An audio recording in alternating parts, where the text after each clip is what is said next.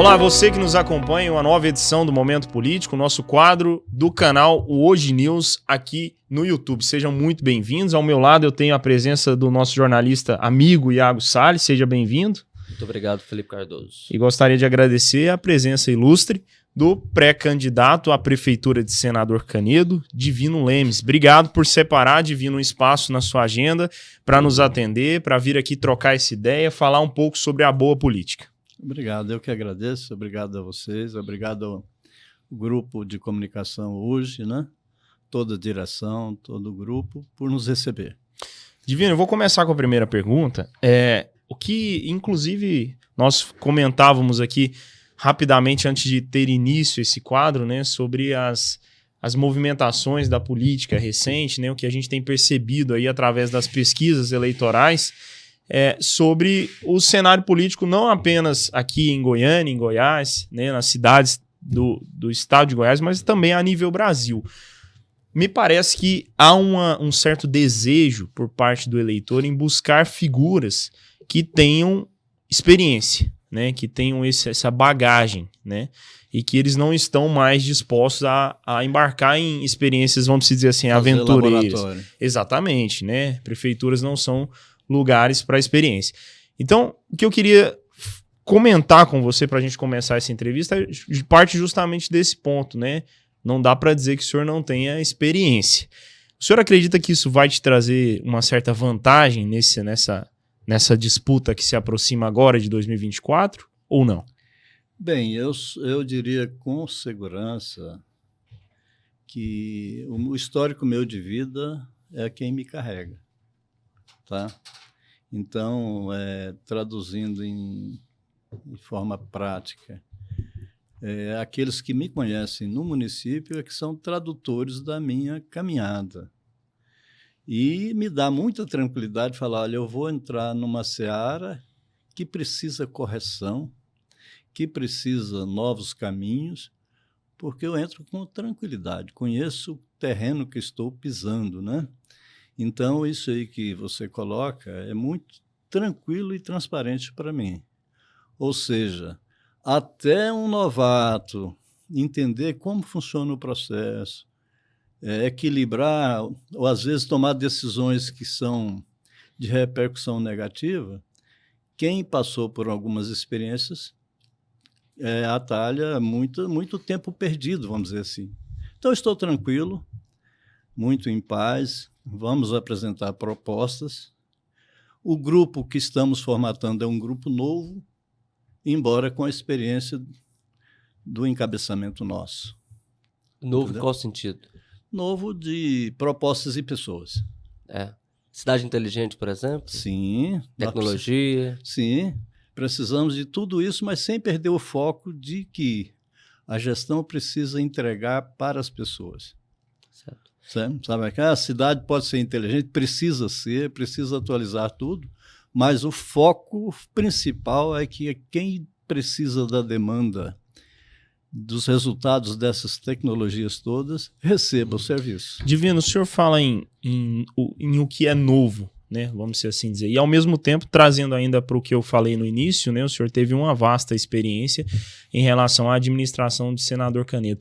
O que ao longo do tempo que o senhor passou à frente da prefeitura, o senhor não conseguiu fazer e que o senhor deseja fazer agora, caso o senhor termine eleito em outubro de 2024? Primeira coisa, os mandatos que tive foram mandatos difíceis. Se você contabilizar, eu tive mandatos difíceis. O primeiro, não tinha uma cadeira para sentar, não tinha recurso nenhum. Instalação do município. Não existia reeleição, saí para a vida fora. Isso em 1989? 89, 92. Quando o senhor era subprefeito, né? Não, eu já era prefeito. Já tinha sido eleito. Eu fui subprefeito de 85 a 88. Ah, sim. Emancipamos, a primeira eleição foi em 89. Não foi em 88, porque houve uma liminar que derrubou 5 novos municípios. Meu primeiro mandato foi tampão de 3 anos e meio. Ah, sim. A Caldas, Novo Planalto, Bonfinópolis, Canedo e mais 5. Rio Quente. Caímos e depois, no julgar o mérito, voltamos. O mandato foi tampão de 3 anos e meio. Ah, sim, é bom. Então, eu tive um mandato de 3 anos e meio e 3 de 4 anos. Tá? Certo.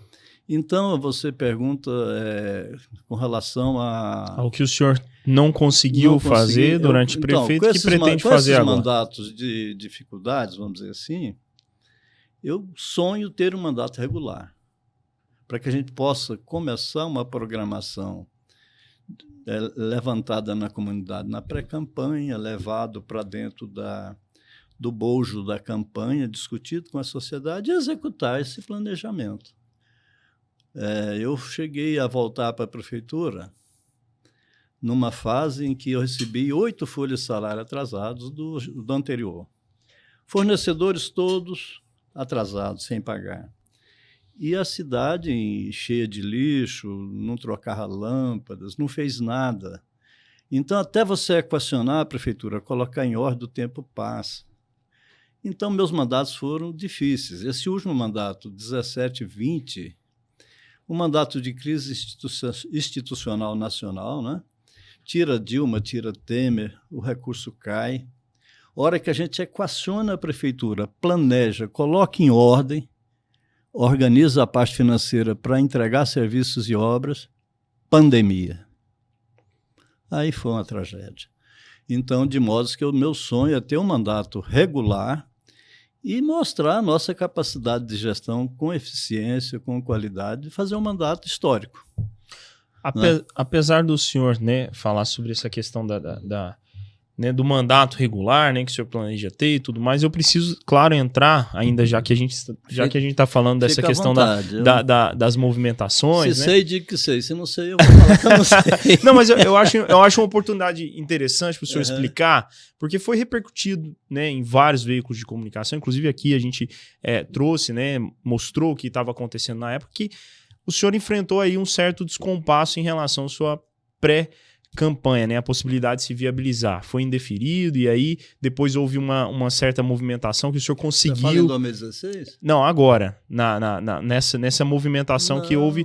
Mas foi o que ventilou. E é justamente isso que eu gostaria que o senhor explicasse. Porque o que a gente ouve é que o senhor enfrenta uma certa resistência ou tem um certo problema judicial para conseguir concorrer. O que o senhor tem a dizer sobre isso exatamente? Para mim isso é bacana, porque é sinal que o adversário morre de medo da gente. Fragilidade do adversário. Eu não tenho o menor problema jurídico que me impeça. Agora...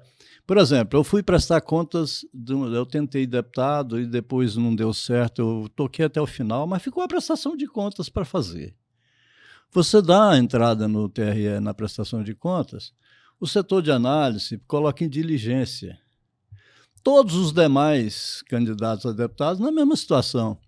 Os adversários nossos foram lá e bombaram que minha prestação de contas não estava aprovada e que eu não estava quites. Que foi indeferida. Não estava quites. A hora que aprovou, tirou. O que não estava quites, ficou quites. Agora, para poder me prejudicar, não está quites, não pode, está doente. Isso, para mim, é fragilidade do adversário, medo. Para mim, até é motivo de alegria ter tanto medo da gente, sinal que a gente está bem por ali na comunidade. Né? Então, eu não tenho nada que me impeça, não tem nenhuma mácula de ordem legal. Tá? Agora, se você perguntar... Eles soltam um boato na cidade que eu não sou mais. E a turma minha fica doida. Fica tranquilo, gente, eu sou. Eu só não serei se vocês não me aprovarem em convenção. Né? Esclareceu, né? Esclareceu. Falando em turma, qual que é a turma do senhor lá na Câmara Municipal? Veja bem, eu me circulo bem com todos. E não faço questão de rotulá-los em nada. É uma relação de confiança, né? E deixo eles à vontade. Entendeu? Entendi. Então, eu milito com aquele grupo antes mesmo de... Muitos ali os pais foram vereador comigo, né? Hoje é filho que está lá. Eu sou aliado do Pedro. Fica com o Pedro, mas não fica com raiva de mim, não. Fica tranquilo. Não? Entendeu? Às vezes até a própria família se divide, né? Entre apoiar um candidato X, ou o senhor, ou Y. Eu acredito assim, eu confio muito naquilo que você colhe. Você só colhe o que plantou. Então eu sou tranquilo. E por falar em grupo, eu queria também pegar essa esteira do Iago para te perguntar do ponto de vista político partidário, né? Aqui em Goiânia, por exemplo, o PSDB tem a candidatura, pelo menos por hora, né? O Gabriel Neves, que está nos acompanhando aqui, repórter, jornalista, nosso amigo, acompanhou lá o lançamento do nome do Matheus Ribeiro aqui em Goiânia e tudo mais. Mas do ponto de vista de alianças, o PSDB ainda não mostrou exatamente com quem deve caminhar aqui em Goiânia. A situação ela é parecida em Senador Canedo. O senhor já tem conversado com outros partidos? O senhor almeja ter alguma sigla em especial na sua chapa ou o PSDB lá deve caminhar sozinho? Não, o caso lá é um pouco diferente daqui, não sei como vai ser conduzido. Se o PSDB tiver o jornalista ou outra pessoa, eu sou de partido, eu estarei tentando ajudar, né? Mas lá é um pouco diferente porque a gente tem aliados hoje conosco, 4 partidos, em 3 ou 4, e a possibilidade, depois das convenções, virem mais. Né? A gente não cita nomes para não ter perseguição até as convenções. Né? Então, é um quadro um pouco diferente. Mas já tem 4. 4. E quais são os 4? Eu queria dar Evitar a polêmica, né? Tá ótimo. Mas há a possibilidade de a gente trabalhar com 7 siglas. Agora, isso tudo é um jogo de estratégia, um jogo de parcerias, né? O cidadão chega em mim, eu vou dar só um exemplo. Claro. Eu estou arrumando uma vaga para mim na prefeitura. O que você acha? Eu falei, vai logo, vai. Se você não for, eu já estou desempregado. É nós dois. Quer dizer, eu não proíbo, eu confio nas pessoas. Confiança é uma pista de mão dupla. Vai, faça seu trabalho, só não briga comigo, não. Então é nessa linha de raciocínio. A gente tem uma aliança de povo, não uma aliança de assinaturas, de perseguição. Eu confio nas pessoas. Como se diz de papel passado, né? Foi assim que o senhor ganhou as outras eleições? Também. O senhor era assim também quando o senhor foi Toda vida eu sou pacificador, eu gosto de ser. E quando alguém do seu gabinete ou declarava apoio, o senhor descobria que ia votar no candidato X e não no senhor? Dificilmente isso acontece, porque a gente faz uma tratativa de parceiros. Se aconteceu, foi muito camuflado, eu não vi. Mas se aconteceu, a gente respeita. Nós nunca partimos para cima, assim, para torpedear alguém por maldade, por perseguição, né? E Divino, eu queria continuar ainda nessa questão do partido, né? Que como a gente citou no início da nossa prosa aqui, o senhor já está há um bom tempo nessa vida política, né? Sim. O senhor já está há um bom tempo fazendo política e a maior parte, a esmagadora maioria desse tempo, pelo PSDB. E tiveram momentos diferentes nesse período, né? Inegável isso, né? O PSDB do Marconi, em determinado momento, no auge da sua pujança aqui em Goiás, com Marconi governador, centenas de prefeitos pelo estado, e hoje a gente tem uma situação completamente diferente daquele quadro, vamos dizer assim, da era de ouro do Marconi Perillo e dos tucanos aqui em Goiás, né? O PSDB hoje bem mais fragilizado. E o que eu queria saber é justamente passa por essa situação do PSDB. O senhor acredita que essa crise, vamos assim dizer, que o PSDB vive a nível estadual, ela pode se refletir negativamente de alguma forma na sua campanha?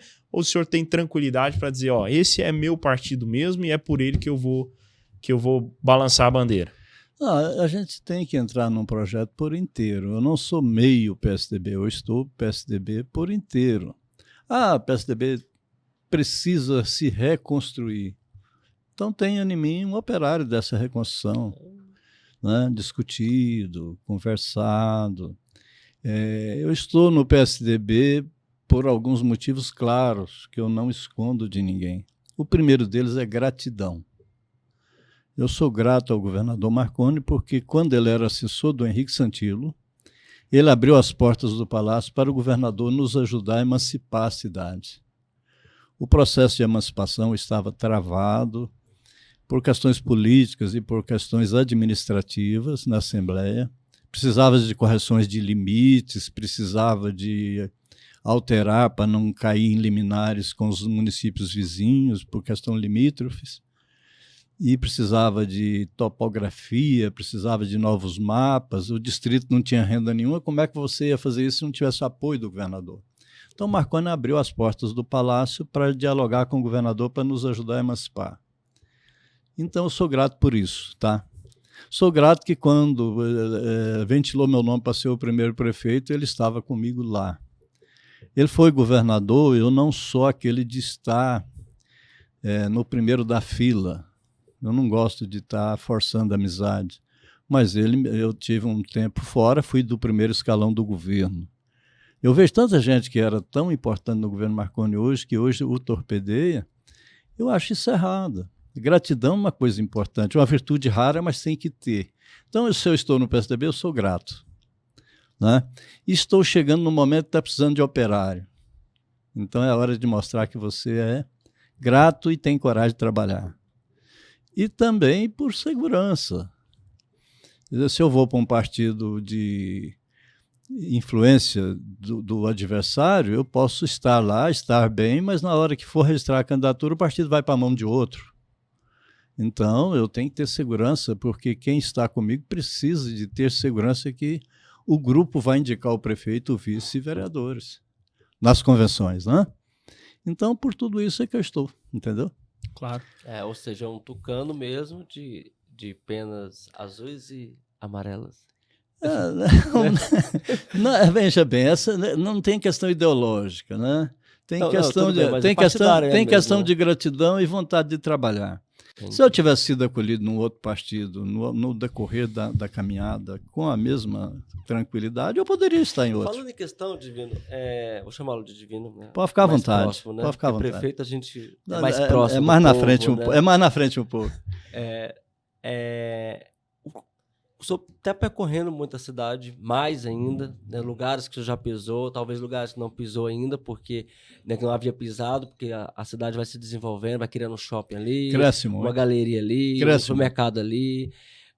Essa questão ideológica, as pessoas têm comentado com o senhor, não sei o que, você não é petista não, você não é bolsonarista não, as pessoas têm, assim, tem uma pergunta para o senhor, mas é uma curiosidade mesmo, em relação a como que o prefeito tem ouvido essa questão ideológica e polarização nacional. Às vezes sim, isso acontece.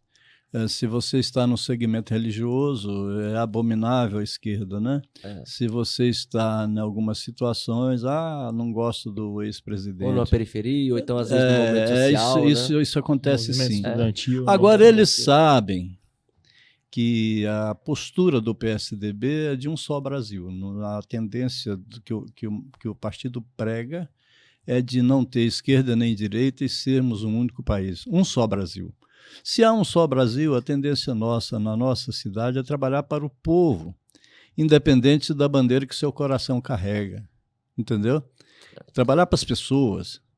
Eu gosto demais do presidente tal, eu gosto demais do outro presidente, mas a minha casa está ruim para se habitar, está faltando os gêneros na geladeira, o remédio não chega, a cirurgia não chega, o exame não chega.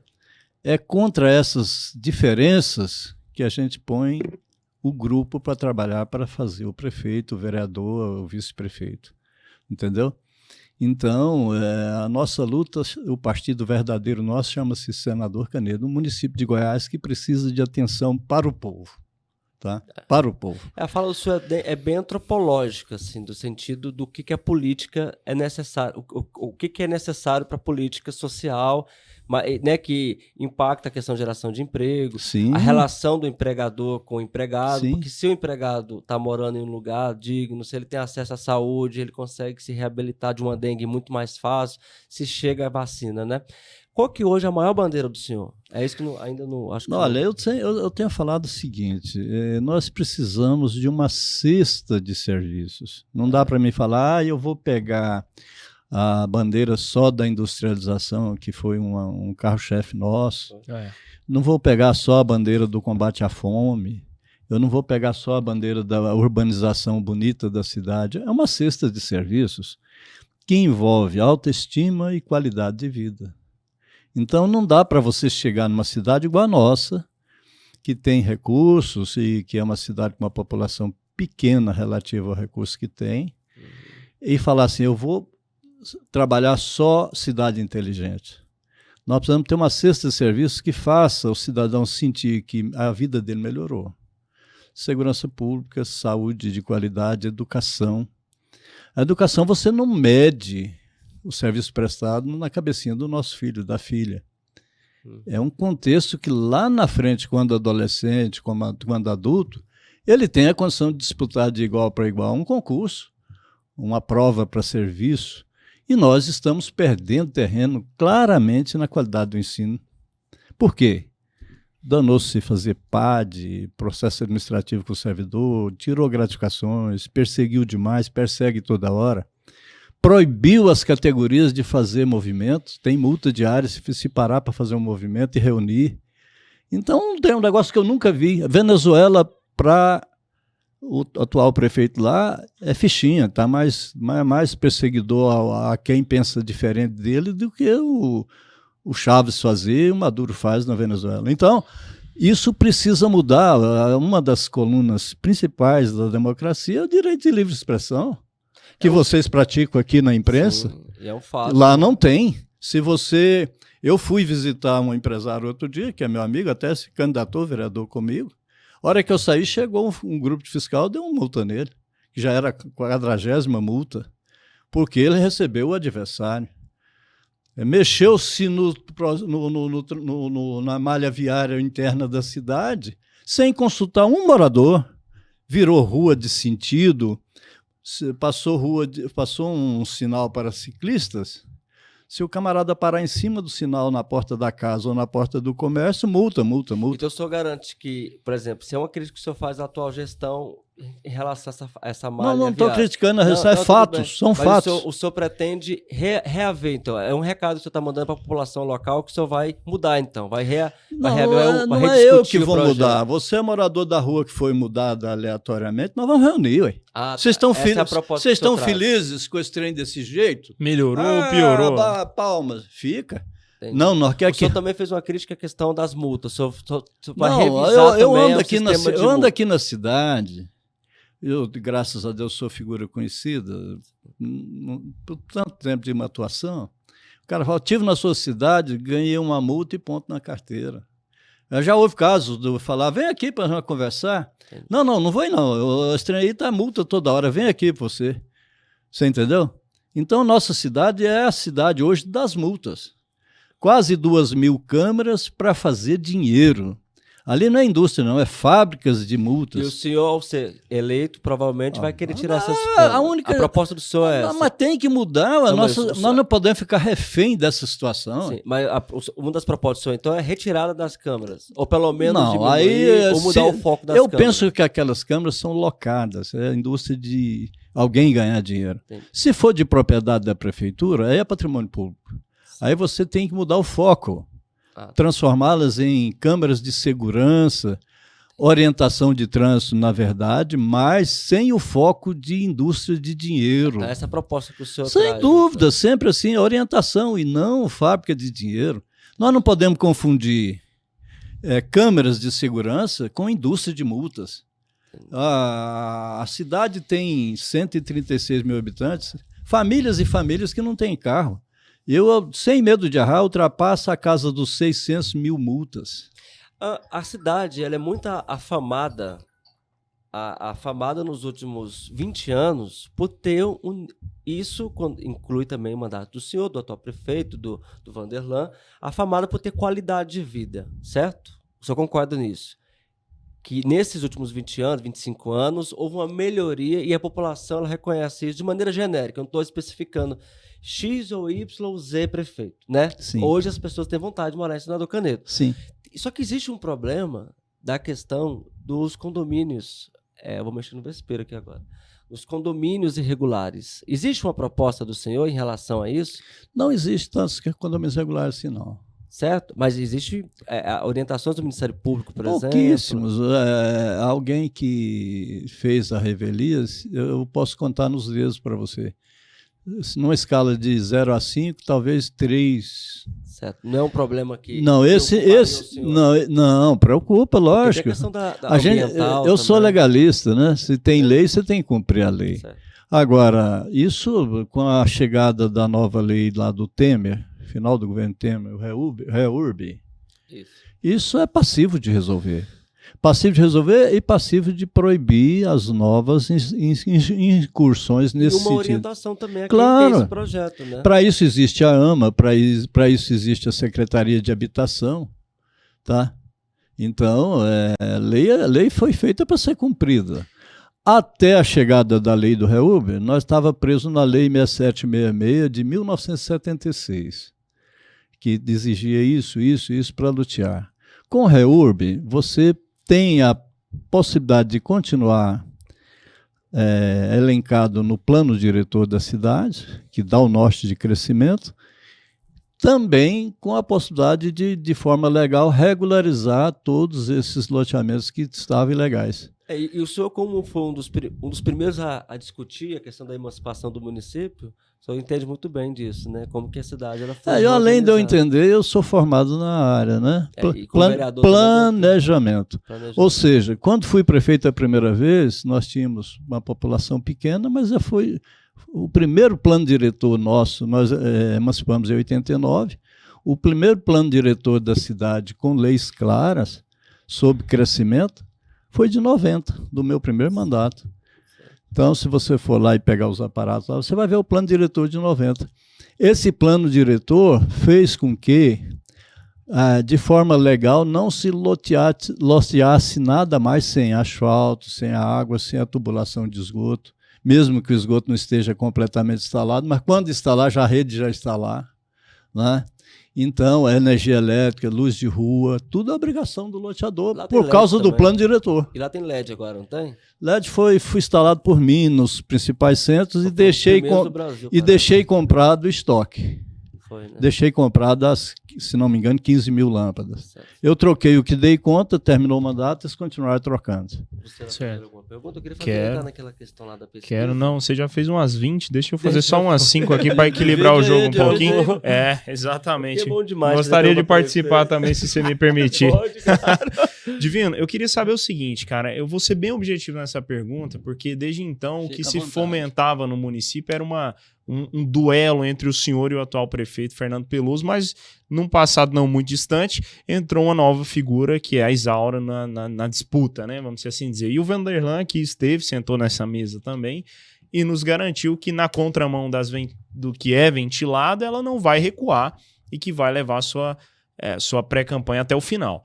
Então eu queria saber do senhor o seguinte, como é que o senhor avalia a entrada da Isaura nessa disputa em Senador Canedo? E uma segunda pergunta ainda dentro dessa, comentava-se, ou ainda comenta de uma maneira um pouco mais discreta, que o Vanderlan em Goiânia e a Isaura em Senador Canedo pega muito mal, né? Porque representa, na visão de alguns, uma espécie de um projeto político familiar, assim, uma detenção do monopólio do poder mesmo. Enfim, então são essas duas perguntas. Como o senhor avalia a entrada dela e o senhor acredita que isso de fato gere essa crise de imagem ou não? Veja você, eu tenho dito o seguinte, e sempre penso ao que ronda minha mente, meu coração. Não dá para você escolher adversário. Sendo A ou B, vai aparecer outro. Isso é igual ao zumbi, né? Você dá um tiro no zumbi, vamos dizer assim, naquele filme de zumbi, nasce 3, né?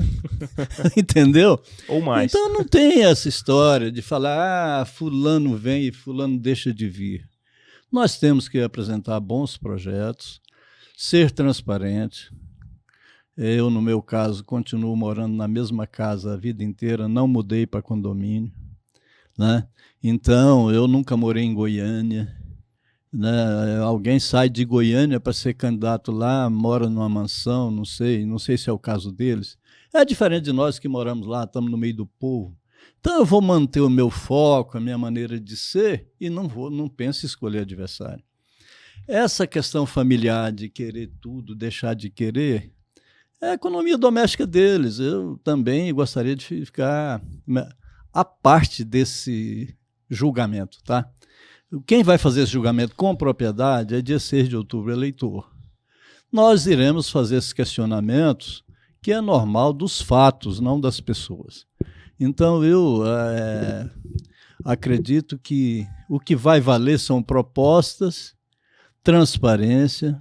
Eu, particularmente, não faço política só há 6 meses das eleições. Eu vou num campo de futebol há 50 anos na minha vida, todo domingo, e ajudo. Futebol de várzea. Aí, quando chega esse pessoal novo lá, tem que levar um aparato de televisão, cheguei e aquela coisa. O que é novidade para eles, para mim, é rotina. Eu vou na igreja todo domingo, e quando eles vão agora, que nunca foram, é um aparato e vai para o YouTube, vai para não sei aonde, vai para o Instagram. Isso para mim é rotina. Eu tenho supermercados perto da minha casa, uns 3. Eu saio cedo, vou comprar o pão. Isso é rotina para mim a vida inteira. Quando vão agora para dizer que popularizou, tem que ir um aparato de televisão. Então eu vou tocar minha vida, vou tocar meus projetos. E eu queria me isentar, deixar para o eleitor julgar isso. Por falar nesse julgamento do eleitor, é claro que como dizem, né, os mais experientes em política, o resultado de uma eleição vem com a abertura das urnas, né? Sim. Mas o que se tenta é antecipar um pouco dessa angústia, né, e se ter pelo menos um panorama do que está por vir, conquistar pessoas, né? E para isso existem as pesquisas, né? E já foram feitas diversas pesquisas aqui em Goiânia, em Senador Canedo, em todas as cidades onde há aí uma espera de uma disputa acirrada. Eu queria saber o seguinte, é claro que ainda há muitas pesquisas feitas apenas para o consumo interno, então a gente não vai citar uma ou outra específica, às vezes que não necessariamente reflete também a realidade, mas eu queria saber o seguinte, o senhor como pré-candidato, o que as suas aferições mostram? O senhor tem a vantagem, o atual prefeito é quem está na dianteira, a Isaura incomodou ao chegar nessa... divide voto com quem? O que o seu panorama de pesquisa eleitoral nesse momento te mostra? Bem, para minha alegria, para o aumento da minha responsabilidade, desde que se falou em quantitativas, eu lidero, né?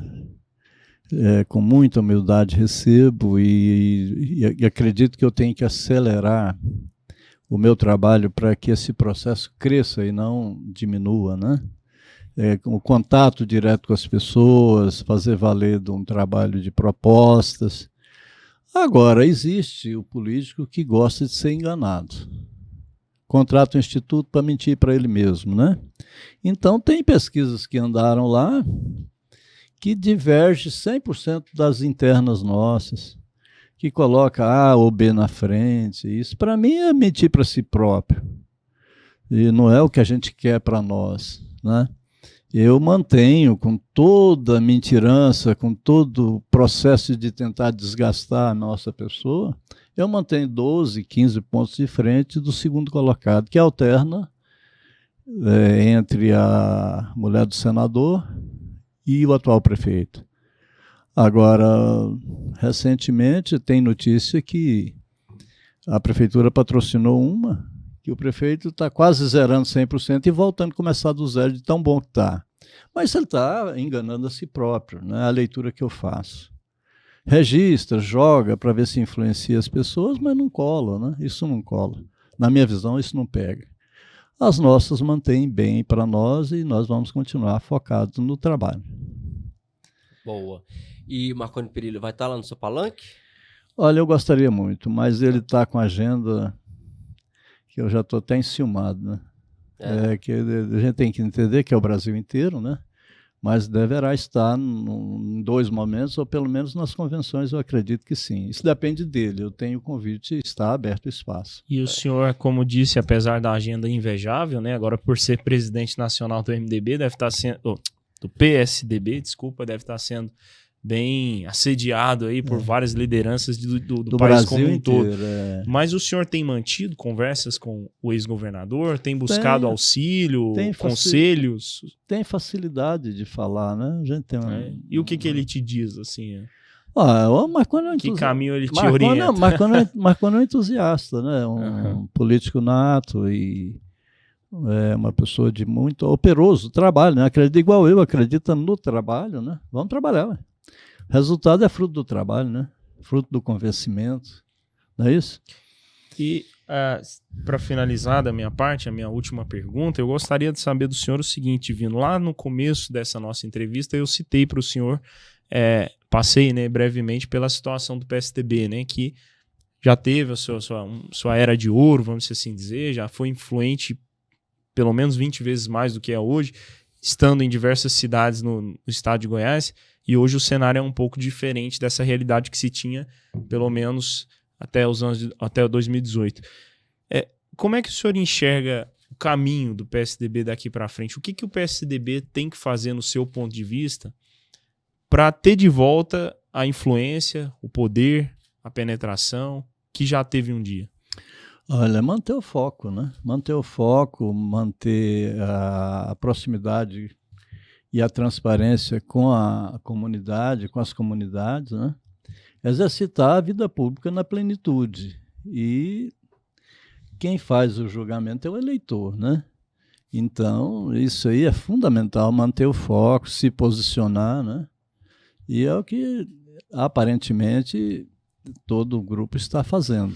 Eu disse que era a última. Menti. Eu tava fazendo as contas aqui, o Iago fez 20, eu tô na 19ª, então eu tenho a última ainda. Tem a última ainda. Eu queria fazer a última. Dentro desse contexto como um todo que a gente conversou, Marconi Perillo 2026, o senhor aposta e acredita que ele vai de fato concorrer ao governo de Goiás ou não? Bem, primeiro ponto que nós temos que viver primeiro 2024.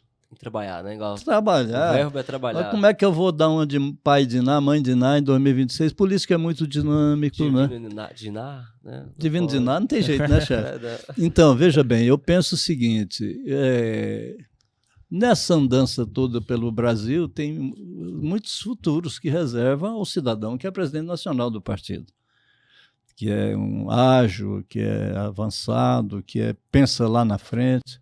Então, não dá para você falar o que vai acontecer em 2026. Nós precisamos de viver 2024 com plenitude, né? Esforçar para ter espaço, esforçar no convencimento do eleitor, para depois pensar no passo seguinte, concorda? Claro. Então, vamos aguardar, né? Não podemos viver de ansiedade, né? Não é isso?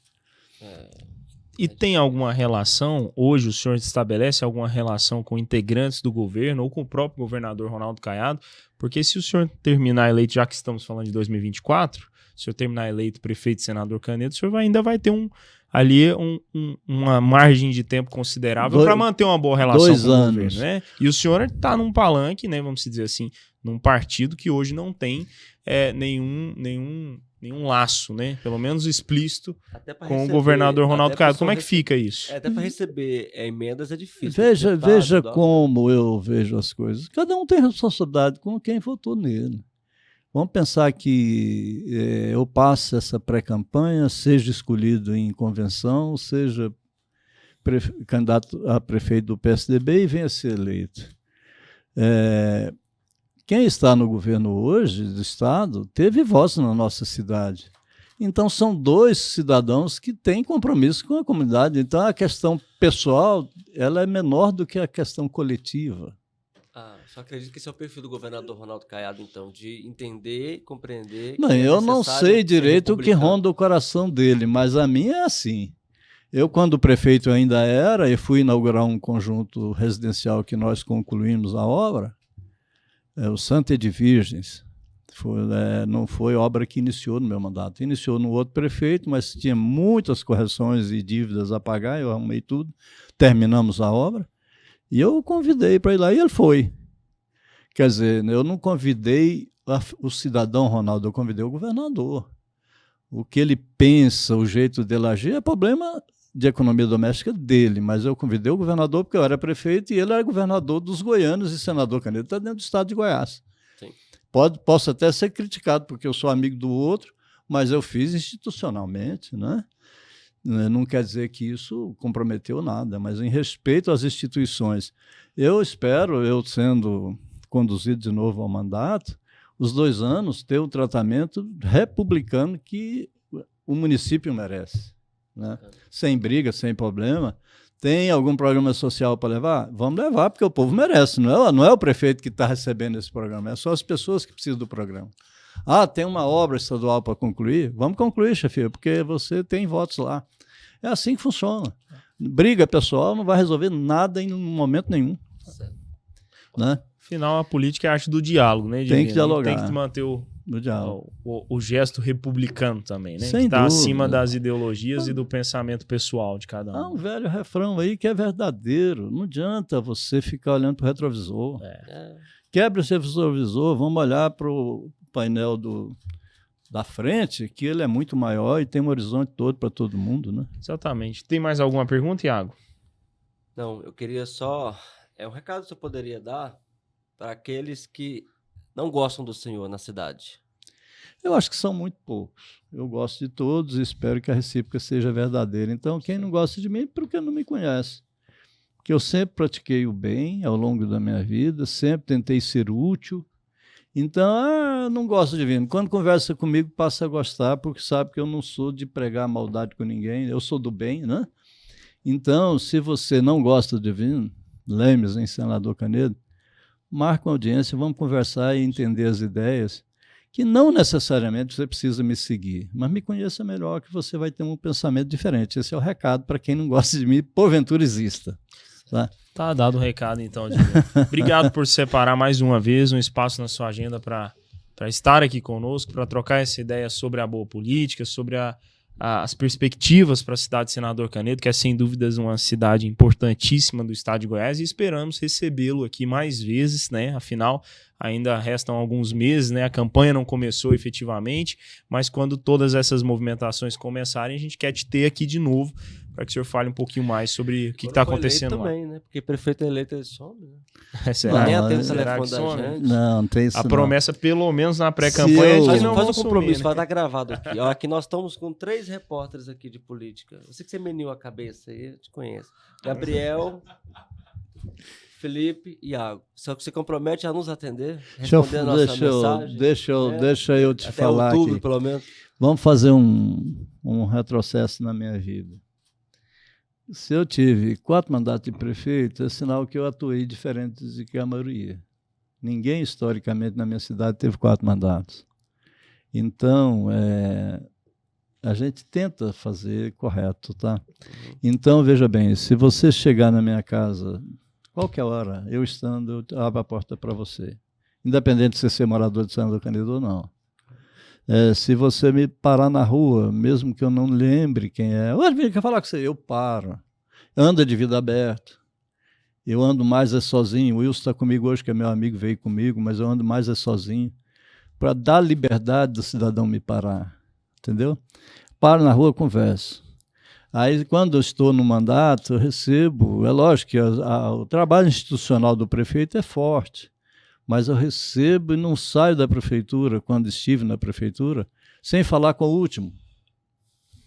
Sempre tentei fechar as portas do prefeito fugir. Não tem motivo fugir, ué. Se eu sair lá fora e tiver 30 para ser atendido e estar com a audiência na hora, eu marco a hora de eu voltar, vocês vão em casa e voltam, a gente conversa até meia-noite, 1h da manhã, não tem problema. Fiz isso demais na minha vida e não tirou pedaço. Então, eu tento tentar fazer isso com precisão, tá? Então, vamos pensar que dê certo o projeto. E hoje precisar, não precisa nem agendar. Aonde está o prefeito? Se eu estiver na rua, eu vou te atender. Se eu estiver na minha casa, eu vou atender. Se estiver na prefeitura, eu vou te atender. É óbvio que eu evito atender coletivo. O cara que atende coletivo não quer ouvir a demanda da pessoa, que o cara fica intimidado de falar, não é? Por isso demora. Mas com jeitinho nós encaixa e você faz lá 3 ambientes, o repórter aqui, o morador aqui, você vai lá, fala com o repórter, bota outro morador no lugar e você se vira e atende. É assim que é o processo. Tá? Tá feito o compromisso então, Tá prefeito. bem? Divino, né? Tu falou de prefeitura, já te chamei de prefeito, mas não deixa de ser prefeito também, porque tem um legado como prefeito na história, né? O senhor chamou várias vezes o ex-governador Marconi Perillo de governador, é um gesto republicano também, chamá-lo de prefeito. É bem compreendido, né? É claro, muito obrigado mais uma vez pela sua participação. Eu que agradeço. Viu? Obrigado pela participação, Iago Salles, e obrigado a todos que nos acompanharam até aqui, o pessoal da técnica que está aqui também viabilizando toda essa transmissão. Obrigado a todos vocês mais uma vez e nos encontramos no nosso próximo episódio do Momento Político do canal O Hoje News no YouTube. Obrigado de novo e até a próxima. Um abraço.